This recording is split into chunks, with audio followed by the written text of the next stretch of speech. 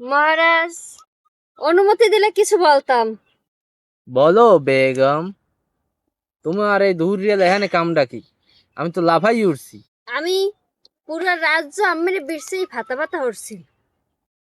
উহুনে না নামনে দুহরি রোদে কালাই বনবাসা হরেন কি? বেগম, কারেন্ট নাই তোমার চোহে কি দেখো না তুমি? তোমাকে এদিকে কারেন্টের কোনো বাপদাদাও থাকে না। সেই লইগিয়াই বনবাসায় শিখতে রাইছি। হ্যাঁ তো তোমার লইগিয়া শান্তি নাই। তুমি এখানে আইও আমার জ্বালান ধরছো। বলো বেগম, কি বলিবা?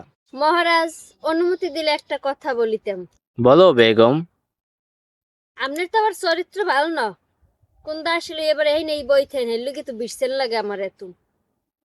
বেগম, তোমার মন মানসিকতা এত খারাপ, আমার তুমি তো অসভ্য হয়ে গেছো। আমার চরিত্রের না আমার মন মানসিকতা তাহলে তো মন মানসিকতা ভালো হওয়ার কথা, আমার চরিত্র তো ভালো।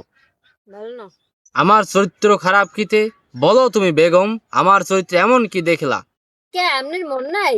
হেডনাকে দেই দেখলাম রাজ দরবারের পিছনে ওষার পিছনে যে ওই দাসী লই আদরে খাড়াই রইলেন আমার চরিত্র দেখলাম না না গো।